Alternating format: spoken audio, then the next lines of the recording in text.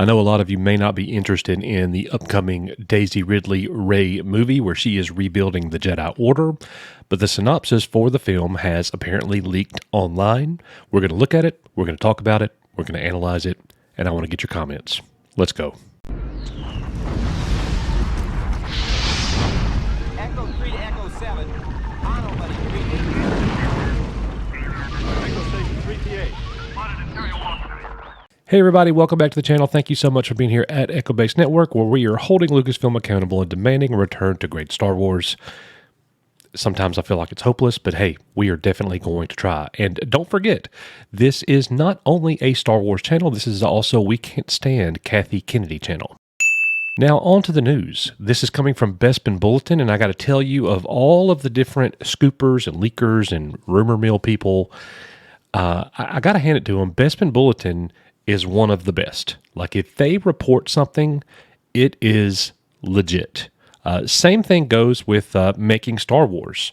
Jason Ward might not be the nicest guy, but when he comes out with something, it's like legitimately accurate.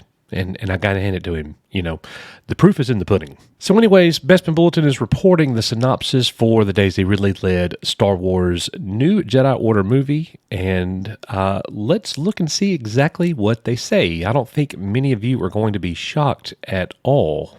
Earlier today, with the release of their latest digital issue, Production Weekly has listed a start date for filming on the untitled Star Wars movie being written by Stephen Knight and directed by Sharmeen Obaid-Chinoy. This comes a week after credible industry insider and journalist Jeff Snyder took to his podcast, The Hot Mic, last week, where he revealed that despite Lucasfilm and Disney delaying the film from December 2025 to May 22, 2026, filming was still slated to begin in April of next year. According to the Bespin Bulletin, they don't believe it to be a coincidence that the outlet has now listed an April start date following Snyder's comments. Production Weekly does have their own sources, but frequently lists reports and other outlets, and sometimes online rumors in their listings, if they believe the outlet or person reporting the date to be true or reputable. In addition to listing the Daisy Ridley-led flick for an April start date, they also added a brief synopsis. Some of it seems hobbled together based off of information reported by other outlets and comments made by Lucasfilm President Kathleen Kennedy and Director Sharmeen Obaid-Chinoy, but it features details that have not previously been mentioned publicly. The listing reads, set roughly 15 years after Rey's victory over Palpatine and the end of Star Wars: The Rise of Skywalker, the sequel delves into Rey's courageous endeavor to restore the Jedi Order, where she assumes the role of mentor to two promising young students, a girl and a boy. As the training progresses, it becomes evident the girl possesses extraordinary abilities, destined to emerge as a future leader. Here we go again. Man, I cannot wait to read your comments on this. Even the fact that I am just mentioning this, like, golly, guys, it's a never-ending thing with Kathleen Kennedy and Disney Star Wars.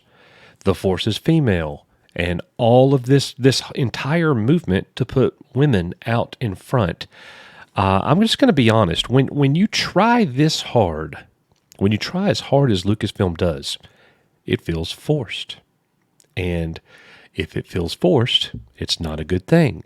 I have no problem with a female-led movie, story, arc, whatever. I'm totally fine with that. As a matter of fact, people say that I'm a misogynist. This is misogynist-based network.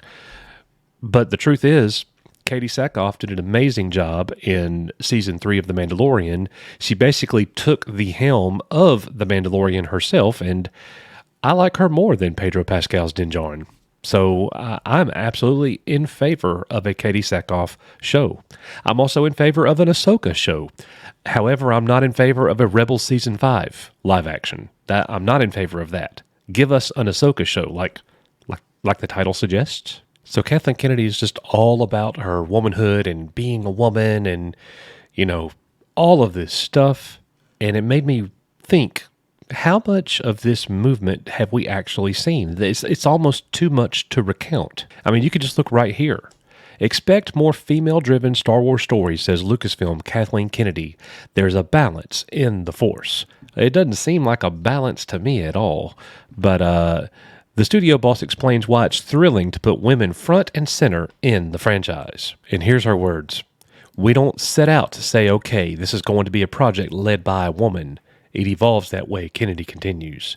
And I'm pleasantly surprised to see there's a balance in the Force. Let's put it that way.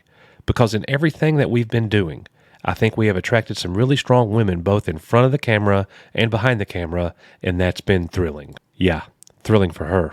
The rest of Star Wars fans? No, not so much. You are absolutely destroying Star Wars from within. The leader of the studio, the head of Lucasfilm, the president. Such terrible decisions. Did George Lucas have any idea that Kathy Kennedy would be like this? Did he know Kathy and what she really wanted? It's just my opinion, folks, and you're certainly welcome to disagree, but it seems to me that Kathy Kennedy, it's more important to her to have females behind the camera, females front and center, female movie leads, female directors, female. And that is way more important to her than actually telling a good story and giving Star Wars fans content, movies, shows that we love and get behind and support. And I'm going to be honest with you, I'm feeling down on this one. Like I'm sick of it. I'm absolutely sick of it. I want to love Star Wars, but Kathleen Kennedy doesn't allow me to because I am not capable of putting on blinders and just following. I can't do that. I am a free thinker. I believe what I believe. I try not to let other people influence my thinking. You know, I try to stay as unbiased from other people as possible. But this just feels like too much. And for people in the comments that are like, "Oh, you're upset, Echo Base Network, because they have a girl female lead in the upcoming game, Star Wars Outlaws." No, that's not quite true. That's not quite true. You can't put one thing, and you can't give me one thing and say you're a misogynist, you're against females, and blah blah blah. It's on the whole. And how it continues to just pile up, man. They keep putting patties on the burger, and it was good before. Like, stop. So anyways, guys, I'm going to end this one. Let me know in the comments what you think about this. Is this too many women? I don't know. It's so funny to me that here's Rey. She's the center again, and she's got two students, boy, girl. And which one shows more promise and is super awesome and powerful? The girl. Of course. And why would that leak? Why would that be the leak that comes out? You know, obviously because that's the importance in terms of Lucasfilm. That's what they think is the most important. So that's what we get. And to me, that's disgusting. Stop it. Give us good Star Wars and quit making that the main point of emphasis here. Thank you for being here at Echo Base Network. Please subscribe to the channel. Hopefully I come up with a much more lighthearted and better video tomorrow or the next day or whenever we do something. We will be having our live chill stream tonight with myself, Matt Rissman, and Nikki. So come and join us at 7 o'clock p.m. Central Standard Time.